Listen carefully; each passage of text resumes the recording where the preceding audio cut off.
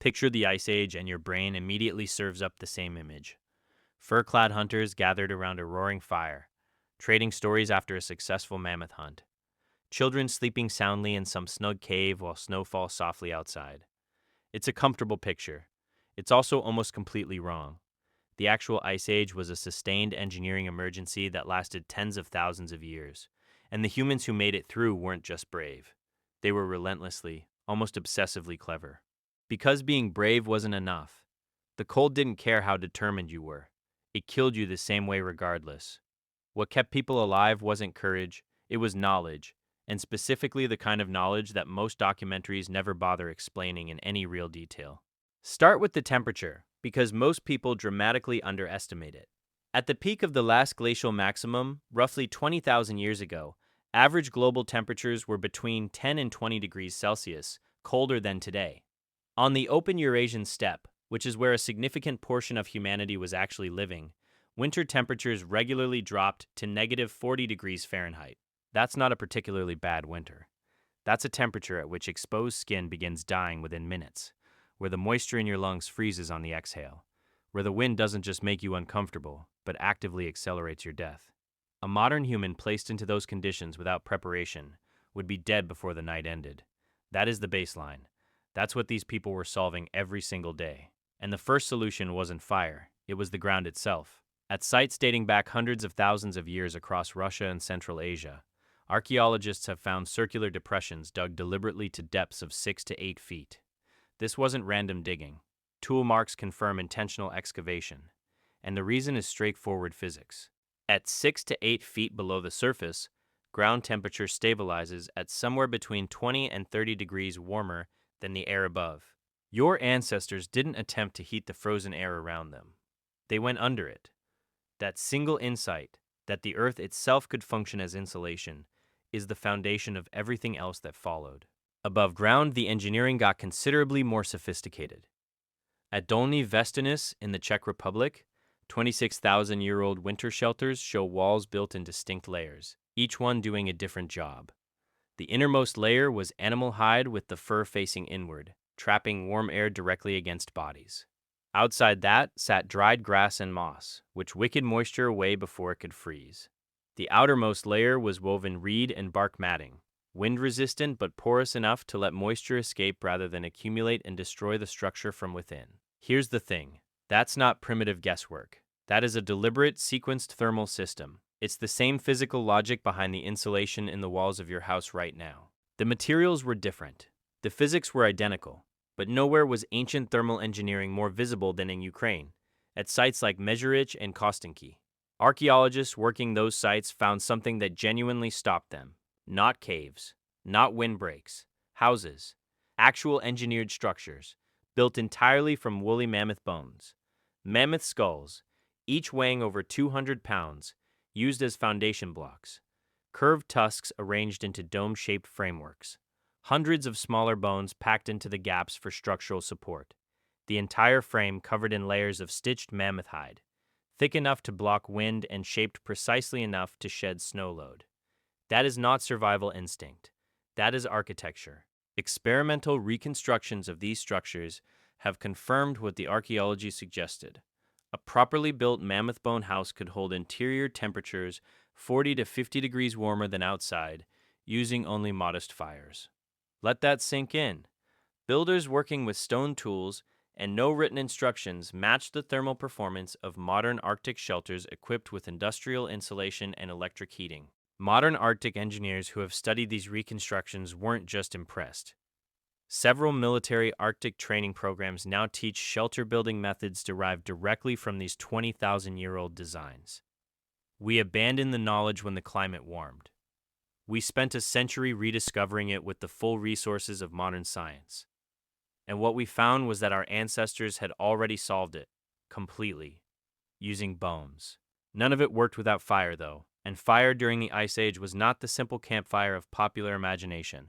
Inside a mammoth bone house, the heating system was planned. A central hearth handled primary heat. Smaller secondary hearths sat positioned around the perimeter, creating dedicated warm zones for food preparation, tool making, and sleeping. Infants and elderly members were placed nearest the warmest spots. That layout wasn't coincidental. It was designed. And in the treeless steppe where timber was scarce, your ancestors engineered their fuel. Chemical analysis of ancient hearth residues shows that mammoth dung and processed bone were deliberately treated before burning to achieve specific heat outputs. They weren't burning whatever happened to be nearby. They were managing fuel the way an engineer manages a resource. Ventilation was equally sophisticated, and this is the part that genuinely surprises most people. Without proper airflow, moisture from breathing and cooking accumulates inside any closed shelter. In sub-zero temperatures, that moisture freezes, and the structure fails from within. Archaeological evidence at Kostanki shows carefully positioned openings, small gaps near ground level drawing in fresh cold air, larger openings near the top allowing warm, moisture-heavy air to escape. The whole system was pressure managed. Modern Arctic engineers studying these sites have noted that the airflow design matches principles used in contemporary cold weather construction. The people building these houses 25,000 years ago understood the problem and solved it without thermodynamics as a formal decipher system. Line. Clothing followed exactly the same layered logic as the shelters. Multiple hides from different animals, each selected for a specific property. Wolf fur, Arctic fox, hair. The innermost layer trapped warm air against skin. The middle layers provided insulation. The outer layer shed wind and moisture. These weren't loosely draped pelts. The bone needle, which anthropologist Brian Fagan has called the most important single invention in human history, allowed tight-fitted, tailored, multi-layer garments. Shirts, trousers, and boots that actually sealed body heat in instead of letting it bleed out at every gap. Before the needle, wearing a hide was functional in roughly the same way that wrapping yourself in a curtain is technically getting dressed.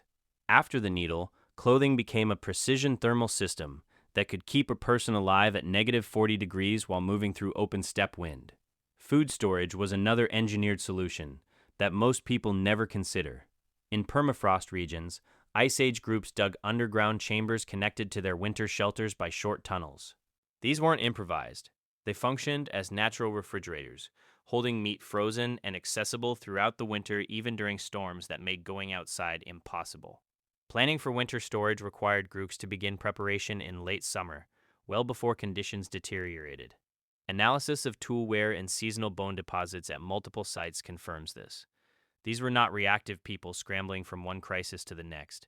They were planners operating seasonal calendars entirely from memory, timing construction, hunting, and food preparation against weather patterns they understood in precise detail. The social structure was part of the survival system, too. Ice Age communities were not isolated pockets of desperate survivors.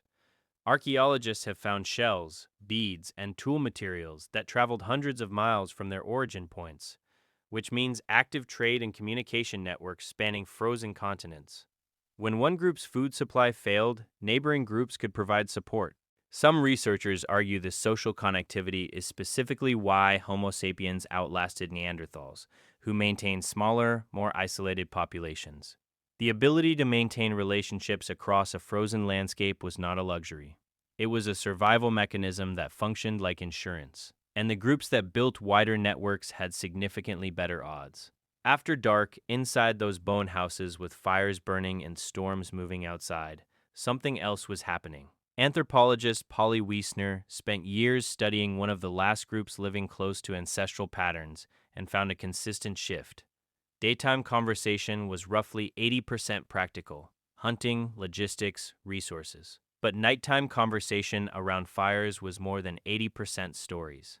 The famous Venus figurines found at Paleolithic sites appear almost exclusively in winter shelter contexts. The cave paintings of southern France and northern Spain, technically extraordinary works that startled modern art historians when they were discovered, were largely created during winter confinement.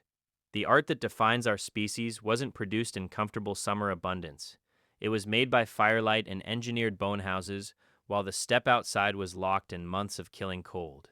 When construction season arrived, building a mammoth bone house took 2 to 3 weeks of intensive labor from 8 to 10 adults. That meant starting in late summer, sometimes earlier, because once winter arrived, the work became impossible. Broken bones in finished structures were replaced throughout the season. Hide coverings were patched when they failed. Insulation was refreshed when it compressed or degraded. This wasn't a structure you built and then hoped held together. It was a living system requiring continuous management across an entire winter, and the people managing it carried the entire operating manual in their heads, passed down through generations of accumulated knowledge that took tens of thousands of years to develop and only a few warmer centuries to quietly become unnecessary.